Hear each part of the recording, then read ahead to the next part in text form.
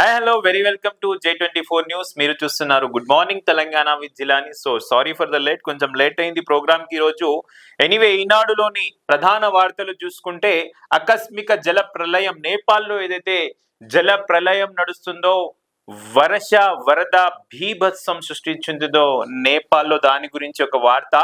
నేపాల్లోని నువాకోట్ జిల్లాలో త్రిశూల్ నది వరదతో బురదలో చిక్కుకున్న ఊరంట ఇది. మొత్తం చూడండి ఎట్లా అయిపోయింది ఊరు, బురదలో మునిగిన భవనాలు కూడా. అసలేం జరిగింది? నేపాల్లో పలు జిల్లాలను ముంచెత్తిన బురద కొట్టుకుపోయిన ఊరికి ఊరే కొట్టుకుపోయిందంట. 160 మంది ఇప్పటి వరకు అక్కడ మృతి చెందారు.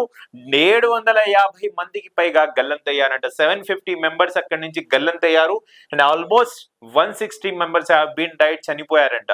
వీళ్ళలో 77 మంది ఈషా ఫౌండేషన్ యాత్రికులంట. ఈషా ఫౌండేషన్ నుంచి నేపాల్ చూడడానికి వచ్చిన కొంతమంది యాత్రికులు 77 మంది. అంటే ఈ 160 మెంబర్స్ ఈ 77 మెంబర్స్ వాళ్ళే ఉన్నారు. అండ్ టిబెట్ లో మరో 265 మంది, హైదరాబాద్ నుంచి వెళ్ళిన 31 మంది బృందం క్షేమం. ఏదేమైనా హైదరాబాద్ నుంచి వెళ్ళిన 31 మెంబర్స్ల టీం అయితే సేఫ్ గా, సురక్షితంగా, క్షేమంగా ఉంది. దుర్ఘటనకు భూకంపమే కారణం. ఉత్తరప్రదేశ్, బీహార్ రాష్ట్రాల్లో అప్రమత్తం. నేపాల్ ప్రధానికి మోడీ ఫోన్, సాయానికి హామీ. హిమాలయ దేశం నేపాల్లో జలకడగం విరుచుకుపడింది. టిబెట్ లో మొదలైన బురద ఉప్పెన ఉరుములేని మెరుపులా వచ్చి నేపాల్ మధ్య ప్రాంతాన్ని తుడిచిపెట్టేసింది. గ్రామాలు, పట్టణాలు జల సమాధి అయ్యాయి. 160 మంది మృతి చెందారు. 750 మందికి పైగా గల్లంతయ్యారు. వారిలో 133 మంది భారతీయులే ఉన్నారు. ఇందులో 77 మంది ఈషా ఫౌండేషన్ యాత్రికులు ఉన్నారు. వీరంతా ఎన్ఆర్ఐలేనంట. ప్రవాస తెలుగు వారు వీరిలో ఉన్నారు, ఎన్ఆర్ఐస్ కూడా ఉన్నారు. మరో 37 మంది తంజాపూర్ కు చెందిన తమిళులుగా గల్లంతయ్యారని టిబెట్లు. 265 మంది అని ఇప్పటి వరకు ఉన్న ఇన్ఫర్మేషన్. అలాగే నేపాల్ వరద బాధితుల కోసం రాష్ట్ర ప్రభుత్వం, తెలంగాణ రాష్ట్ర ప్రభుత్వం సచివాలయంలో, సెక్రటరియట్ లో ఒక కంట్రోల్ రూమ్ ను ఏర్పాటు చేసింది.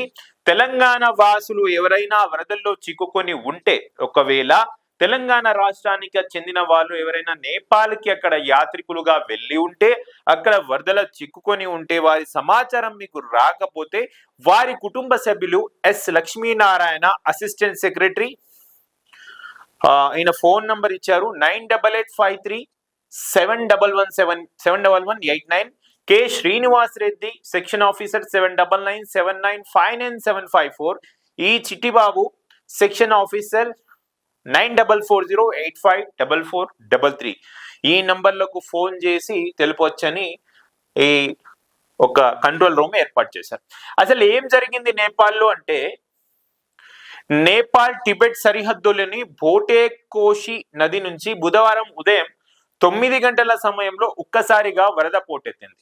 టిబెట్ సరిహద్దులోని నేపాల్ జిల్లాలైన రసువా, థాడింగ్ జిల్లాలపై విరుచుకుపడింది. ఆ తర్వాత నువాకోట్, చీతావన్, గూర్ఖా, తనాహు, నవల్పరాసి తూర్పు జిల్లాలను ముంచెత్తింది. మొత్తంగా 7 జిల్లాలు దెబ్బతిన్నాయి.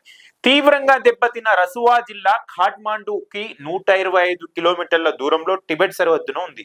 సోషల్ మీడియాలోని వీడియోలో వరద విధ్వంసం భితగొలిపేలా ఉంది. నేపాల్, చైనా సరిహద్దులోని రసువా గదిలో సర్వం కొట్టుకుపోయినట్టు దృశ్యాలు వాటిలో ఉన్నాయి. సో ఇది డీటెయిల్స్.